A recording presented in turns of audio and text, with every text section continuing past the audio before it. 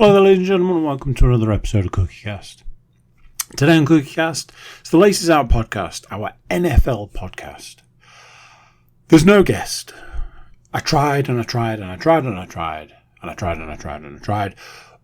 there is no guest. What that means is just me, my glamorous co-host, going through last week's games, going through this week's games, going through the stats, news, all of the NFL stuff is still here. There's just no guest.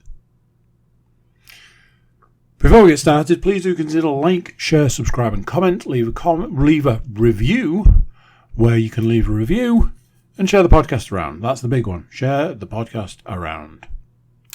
Right, enough from me. Here's more of me and Mr. Williams.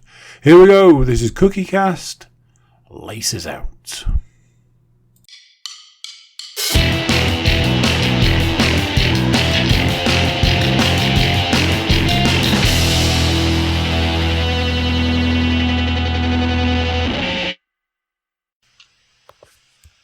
Recording in progress. Yes, indeed. Those wonderful words can only mean one of, well, at this point, about 6 things, I think. But this particular one is NFL chatter. Obviously, welcome in to those of you watching on YouTube. You'll be able to see 2 smiling faces in front of you that are about to sit for the next 30 to 40 minutes and talk about a sport that's not played in this country that often.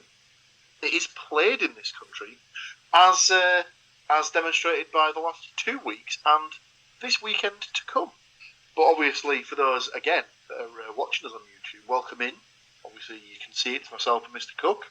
How are you, sir? Whilst I've asked him at the worst possible time as he takes a victory swig of his delicious iced caffeinated beverage. It was the worst possible time for you. It was the best possible time for me. It was a roller coaster ride of amazing fortune. I'm about as good as that coffee. Cold, milky. Wait, this has gone wrong. Yeah, I'm good. I'm good then. Yeah. You kind of lost me on that one. I'm not gonna lie. Let's break it down into very simple, easy to understand terms. If for the second week in a row you left DJ Moore on your bench, raise your hand.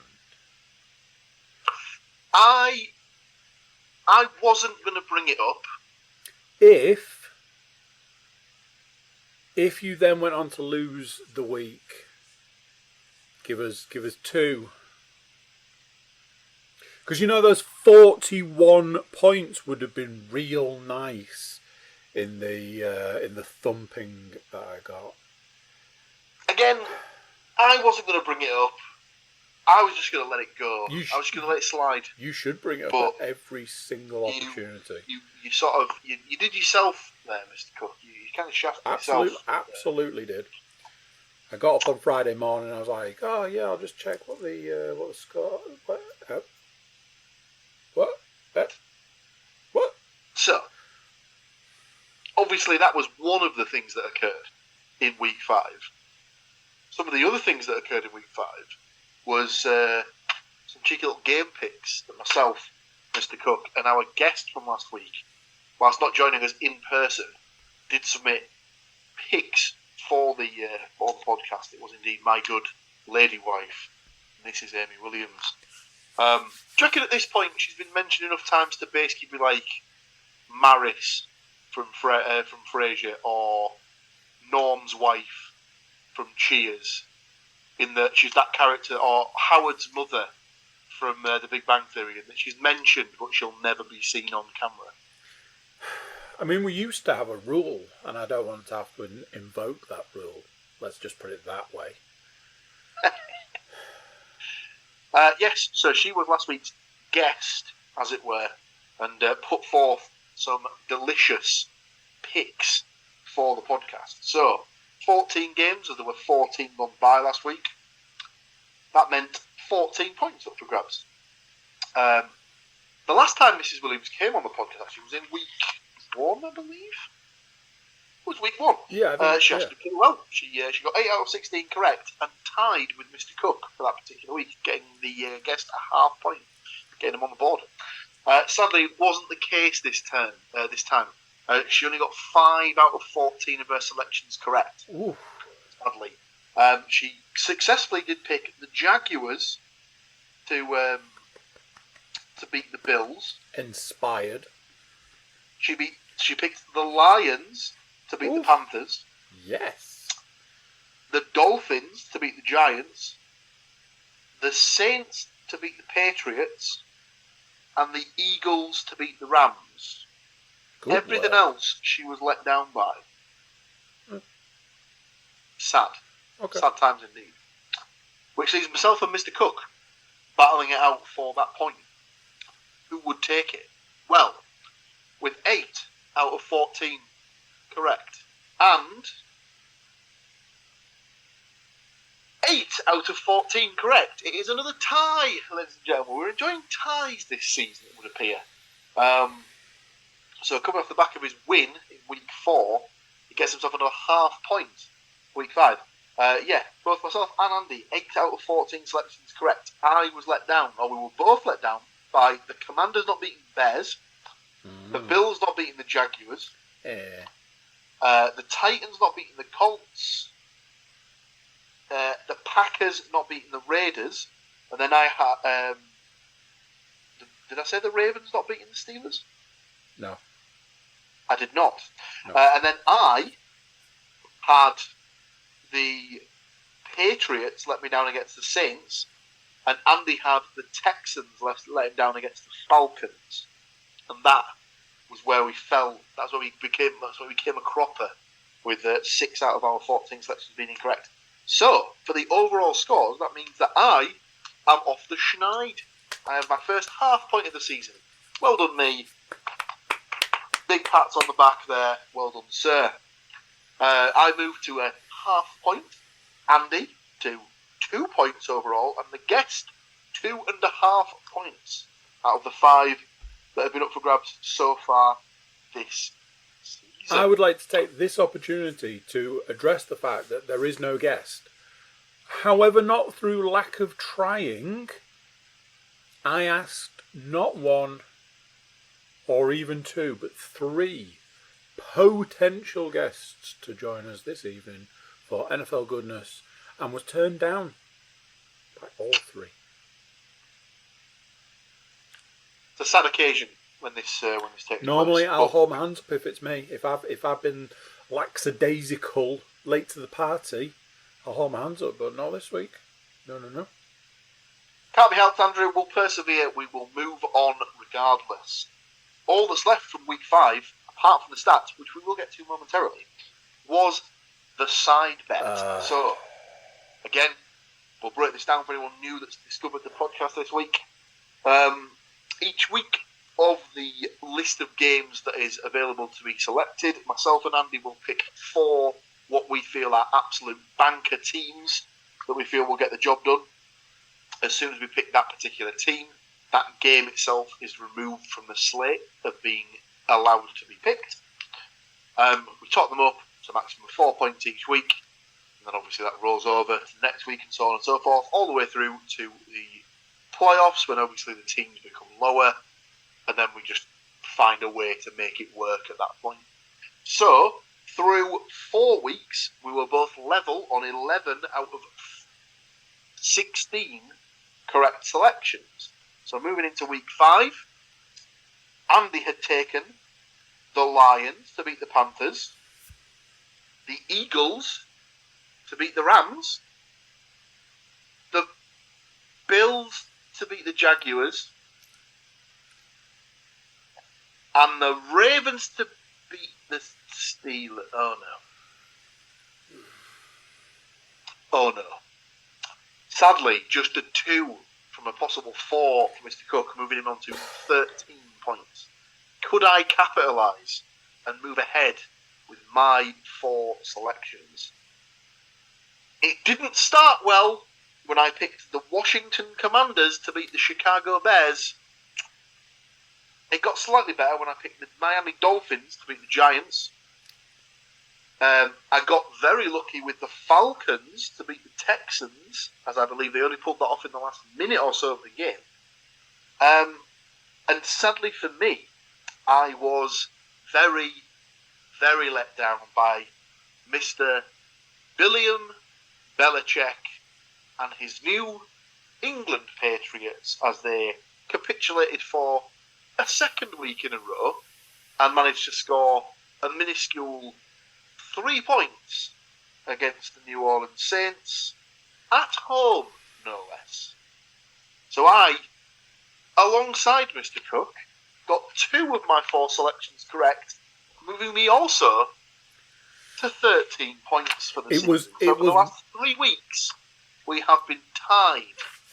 It was one of those weeks where I can't always remember what the side bets were, but I knew one of each of ours, and one of them was I'd taken the Bills to beat the Jags, and I knew that you'd taken the Patriots to win. So I knew that we were at least the maximum we could get was 3 each this week. It's heating up. It's hotting up. If we've got time, there is something that I'd like to potentially crowbar in at the end of this one, which is a new-ish segment. It does rely on guests, but if we've got time, it's a little bit like the side bet, but ever so slightly different. So that could be another thing to get guests and the adoring fans to join in with. But we shall see if there's time. Well, to put a nice little bow on week 5, we'd better go through the stats that I believe this week have been compiled by the effervescent Stats Mistress. Stats Mistress got to the party with reasonable time to bring us the NFL Week 5 stats. She got them from Nate Davis of USA Today. She took all of his stats, turned them into the finest, the cream of the crop stats, some would say.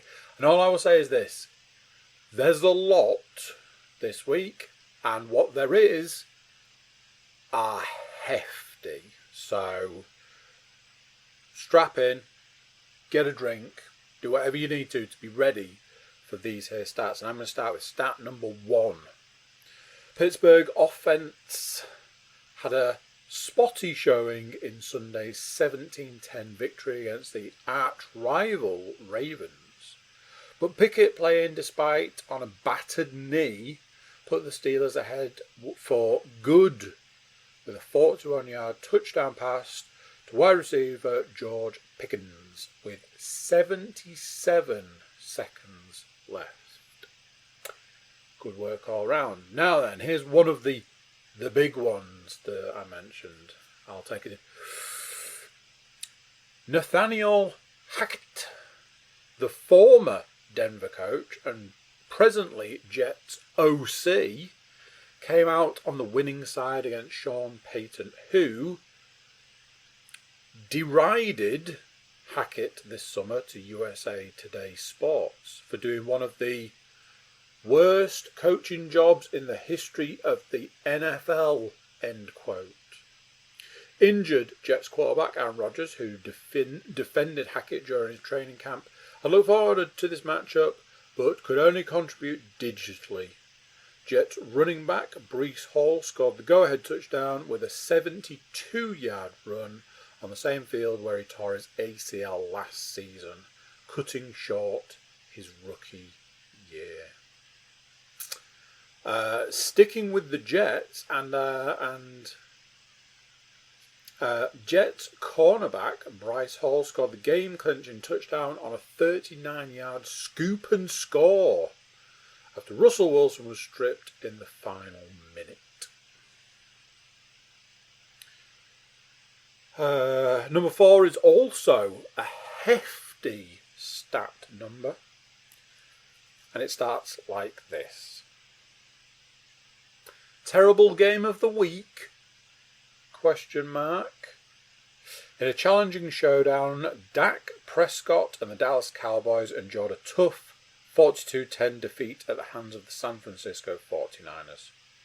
Prescott was eventually benched in the fourth quarter.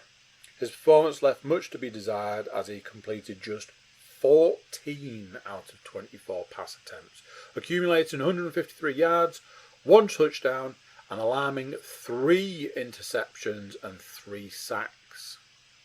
Adding to his woes, Prescott sustained a finger injury on his throwing hand during the first half.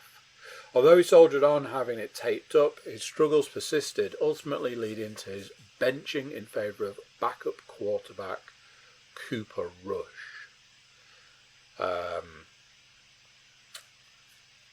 Obviously, there was a certain video surfaced partway through the last few days about a former NFL player talking about Dak Prescott and his abilities as it stands with the Cowboys, which has caused a bit of a ripple through the NFL. Number 5. New Orleans Saints running back Alvin Kamara scored his 73rd career touchdown on Sunday, breaking a tie with Marquise Colston to become the franchise all-time leader. And he did that securely on my bench. Number 6.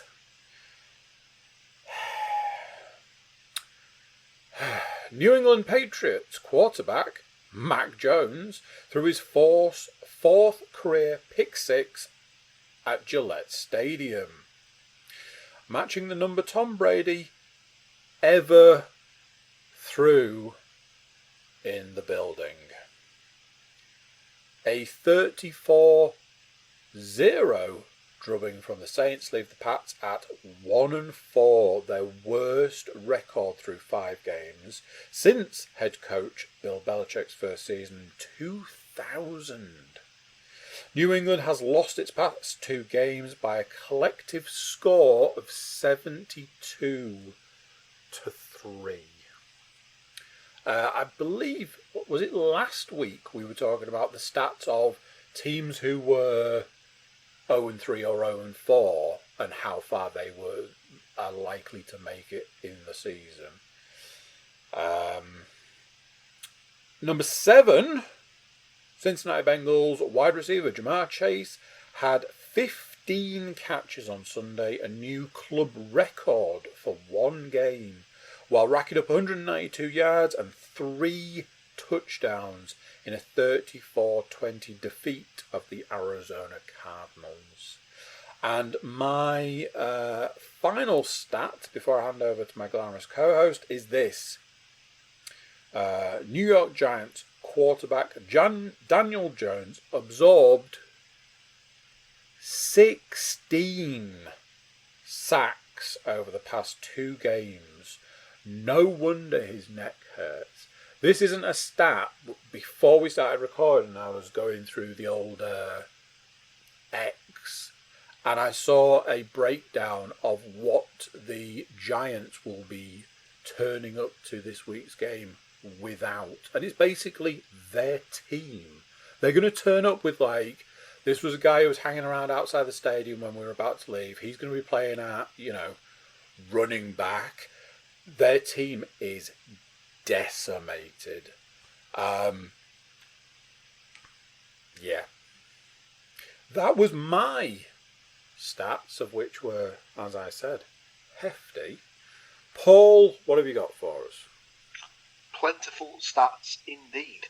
So my stats begin with, after hanging another 524 yards on the Giants in Sunday's 31-16 victory, the Miami Dolphins' top-ranked offense now has 2,568, the most ever in NFL history through 5 games. So that's ridiculous. That they're doing an average of 500 yards of offense per game, which is ridiculous. Honestly, I am loving Dolphins football. I've said it consistently for the last few years, but each year that passes, the Dolphins look more and more like a contender as each year passes. So theory is, before long, will we see a Dolphins Super Bowl? I think the problem for any team that's in the AFC is that not only have you got to try and win your division first, you pretty much know that to get to the Super Bowl, you're going to have to beat the Chiefs. Yeah. And that's always going to be your biggest sort of like task. Yeah. Continuing, Dolphins rookie running back Devon Achane, and his 76-yard scoring bolt gives him 7 touchdowns in his first 4 career games, the most by any player to start his career during the Super Bowl era, and that is since 1966. Staying with the running back news, San Francisco 49ers running back Christian McCaffrey has now scored a touchdown in 14 straight games. He's tied with Hall of Famer Emmitt Smith for the 4th longest streak in league history, and he's now just 3 shy of Lenny Moore's record of 17. Welcome back to Los Angeles Rams wide receiver Cooper Kupp, who had 8 catches for 118 yards after missing the first 4 weeks of the season with a hamstring injury. But who needs Kupp when you've got LA wide receiver Puka Nacua, who caught 7 passes for 71 yards and a touchdown, while continuing one of the greatest rookie breakouts in recent memory. Welcome back to Buffalo linebacker Von Miller, who had 1 tackle in his first game since tearing up his knee on Thanksgiving last year. And the Bills sure are likely to need him, given the way their defense is being decimated by injuries, notably the one that linebacker Matt Milano suffered on Sunday.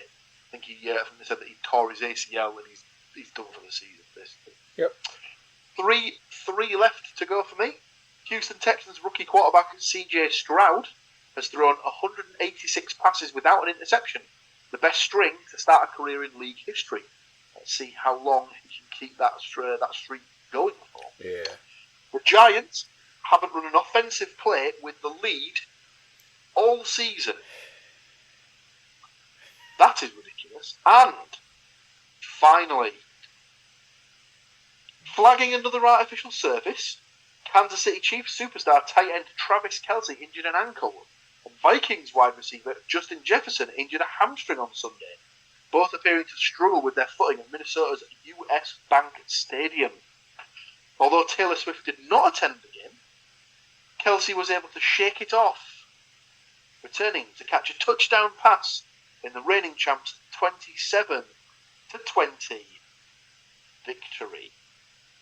I know that Mr. Cook especially will be so happy that particular stat was thrown in at the end there, as you've been quite vocal with your support of Miss Swift, haven't you? I mean, it's strange that she wasn't. It's strange she wasn't at the game. It's almost like she only went to the Jets game, so that when you Google Taylor Swift Jets, instead of getting all the controversy around the fact that she's got the carbon footprint of a Yeti due to the 2 private jets that she owns and uses literally non-stop, now when you Google it, you get Taylor Swift at the Jets game. It's, I mean, it's almost like that was intentionally done to cover that one up. Anyway, We'll move on. Moving on. We'll move on. So, Moving on. That leaves us. I said moving on swiftly. Oh, I saw what you mouthed there, and I felt like I'd just have to move past it. As I wish you would. I feel disgusted with myself. we don't want to open up that particular kind of words, do we? Nah. So week 5 done and dusted, in the books. We'll move on. Week 6 is upon us, and as always, starting with last week, we are into the buys for this particular season. So week 5 we had 4 teams on bye. Week 6 we only have 2. The Week 6 teams on bye are the Pittsburgh Steelers and the Green Bay Packers. So obviously, if you've got any of those guys in your fantasy team, get them out now. As usual, myself and Mr. Cook have made our selections for Week 6, and as we mentioned before, Andy's been on the blower. He's got the stats mistress to not only produce stats for the week, she's also provided us with selections for game week 6. So, the week starts with a bit of tough sledding for Sean Payton and his Denver Broncos, as they've got to go to the Kansas City Chiefs. Oh dear, I believe Mr. Payton is in for another tough week and will probably have another loss. Surprise, surprise, we have all gone for a Chiefs win. I say it every season, but I believe that teams should have the opportunity. They should have a number of games that they can just forfeit and take like an additional bye. Are the Broncos like, yeah, we're going to win this one? They can barely get out of bed. Yeah, it's a tough one, isn't it? I mean, they've not had the greatest start to the season anyway. Only beaten the Bears. Tough sledding. Can't really see anything other than the Chiefs win. I'll be very surprised. Next up, we have the third and final UK game for this particular season. Feels odd that all of the UK games are done and dusted by week 6. Yeah. But have they still got... I imagine you kind of want the players to be sort of home and settled back in for the sort of like the closes. Have they still got the Germany game, Mexico City? Is there 2 Germany ones this year? 2 Germany games. The Chiefs versus the Dolphins is 1. Oh, that's a banger. And I can't for the life of me think what the other one is. So they've got Maybe Germany and Mexico City? Don't know about Mexico. Because I know they had issues last year. Yeah. And I know we'll have to see. I know there was a call for them to do... Was it... weirdly, I have a weird memory of... Was it something like a Swedish one was being requested? Something like that. They're always getting requests to sort of move it around and sort of take it to different places out there. So let's have a look. Week 7 is just 6. Week 8 is the week the clock's go back. Week 9. Dolphins Chiefs is at 2:30 on the 5th of November. So I would imagine that is your Frankfurt game. And then the week after is the Colts Patriots, also at 2:30 on that Sunday. So I would imagine again, those are your 2 Germany games. I'll tune in for the first one. So the last of the UK games sees the Baltimore Ravens take on the Tennessee Titans at the Tottenham Hotspur Stadium. Surprisingly enough, we've all backed the Ravens to bounce back here and get the win. It should be a decent game. I'd be surprised if it was anything other than a Ravens win, considering how the Titans have been very mixed, very up and down so far this season. Next up, we move to the 6 o'clock slot, as it were, over here in the UK. We have the Washington Commanders at the Atlanta Falcons. Both myself and Andy have taken the Falcons to get the win here, whereas Leanne has taken the Commanders. The next 3 games are all clean sweeps in that we've all backed the Vikings to beat the Bears, the Bengals to beat the Seahawks, and the 49ers to beat the Browns. The next game sees the Saints take on the Texans. Myself and Leanne have taken the Texans in this one, whereas Andy has gone for the Saints. We've got the Colts at the Jaguars. Myself and Andy both taking the Jaguars. Leanne's taken the Colts. We've got another couple of clean sweeps where we've all taken the Dolphins to beat the Panthers and the Raiders to beat the Patriots. Myself and Andy both think the Lions will best the Buccaneers, whereas Leanne feels the other way. She's gone for the Buccaneers to get the win there. The next 3 are all clean sweeps again. We've all backed the Rams to beat the Cardinals, the Eagles to beat the Jets, and on the Sunday night football, the Bills to beat the Giants. And then the Monday night football sees the Cowboys take on the Chargers. Myself and Andy have taken the Cowboys. Leanne is backing the Chargers for that particular one. Those are your Week 6 game picks. All that's left for us to do is to select some side bets. Now again, it's been me picking first the last couple of weeks, and that hasn't changed. That's still the case, as obviously we're still tied in this particular section. So I'll jump straight in and take the nice easy one off the board. I'll go for the Miami Dolphins to beat the Carolina Panthers. Thank you very much. Over to you, Mr. Cook. I honestly thought you were going to say, I'll take the first one off the board, which is the first game of the week.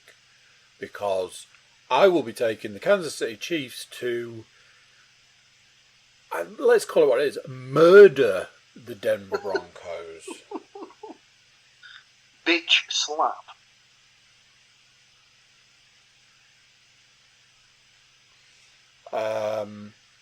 I think I'm going to follow that up with the San Francisco 49ers to beat the Cleveland Browns. Unfortunately, I don't think you can look away from a 5-0 team. Yeah, I mean, there was part of me that thought, whilst I do still think the 49ers will win that one, that's one of those games that the 49ers end up losing. So I looked at it and went, as the words left my mouth, I was like, this is the one they'll lose. Right, my next two, I'm going to go for the Rams to beat the Cardinals. And the Bills to beat the Giants as my next two. Okay. I will take the Philadelphia Eagles to beat the Jets.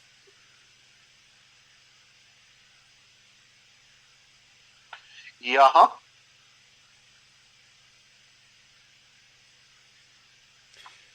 These are the weeks I don't like. There's not enough clear cut.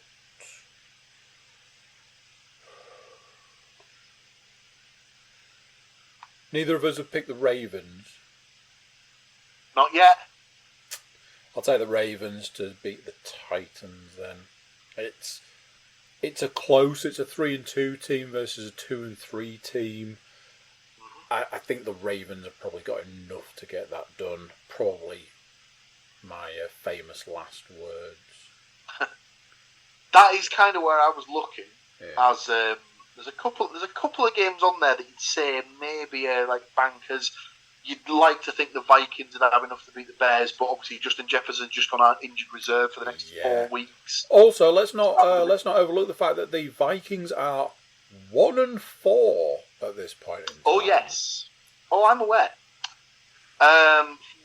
In that case, I'm going to have to take the Lions. That was the Buccaneers. That was the other game I was looking at. Another team that I'm quite enjoying this season. I like that the Lions have managed to make something work. 4-1, 4-1 versus a 3-1. Yeah. So just to clarify there, so Andy's 4 teams are the Chiefs at home to the Broncos, the 49ers at the Cleveland Browns, the Philadelphia Eagles at the New York Jets, and the Baltimore Ravens at the Tennessee Titans, which takes place in the UK.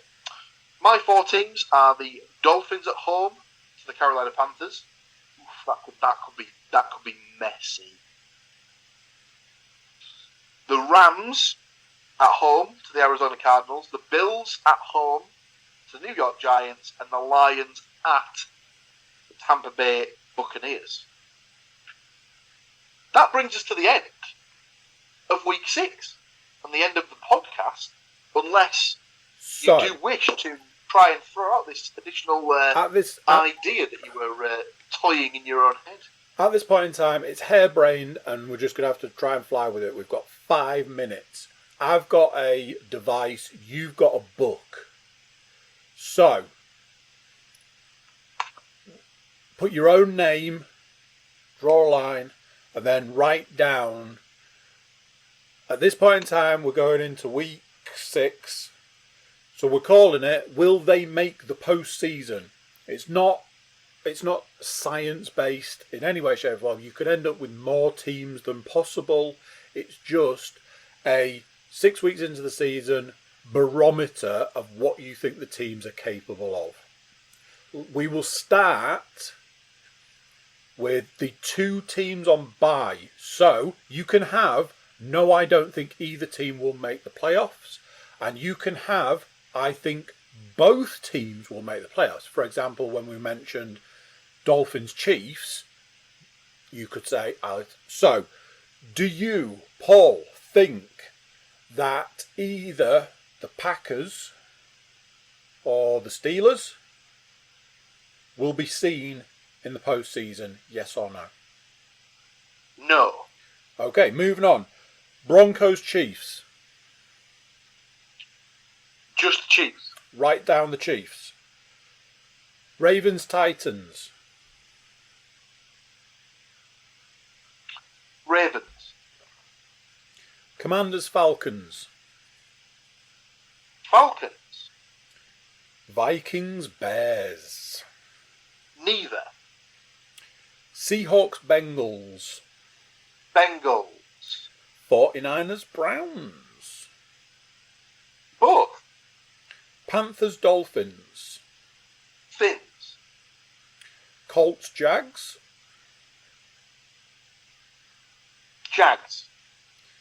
Saints-Texans. Neither. Patriots-Raiders. Neither. Lions-Bucks. Lions.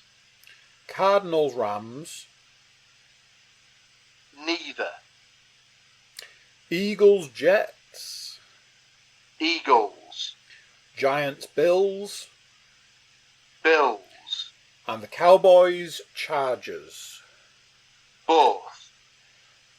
What you should have now is a list of teams that you believe in some form will make up the playoffs. Now, like I said, you may have more teams and those teams will then go on to be decided at a later date.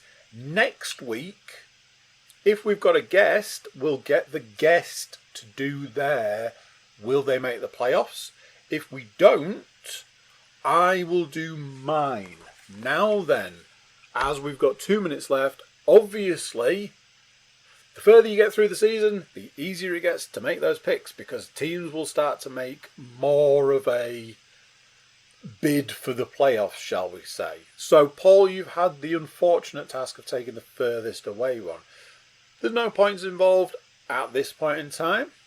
There may be a bet system that comes out of it, who knows? But right at this point in time, it's a little harebrained scheme I came up with whilst watching the games. I was like, pretty sure at this point in time you could probably predict the playoffs. And then I went, we should do that for funsies. So there we go. You can lead us out as you're in charge this week. Well, thank you very much, Mr.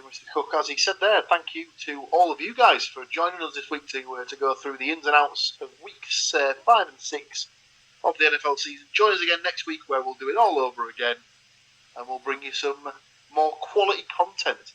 Until then, though, happy bye. So there you go. Short, sweet, to the point, some would say. Thank you for watching. Thank you for listening. Thank you for being here. If you want to get more involved, you can click the like button, share the podcast amongst your friends and family, leave a comment, leave a review, check out the website, thecookiecast.com. There we've got social media links and an email button, and that way you can get in touch with us. Send us your predictions. Predict against us. If you beat us, you win a prize. Simple as that. That is it for this one. Till next time, I'm going to say bye, and I'll see you then. Thank you for listening to this episode of CookieCast.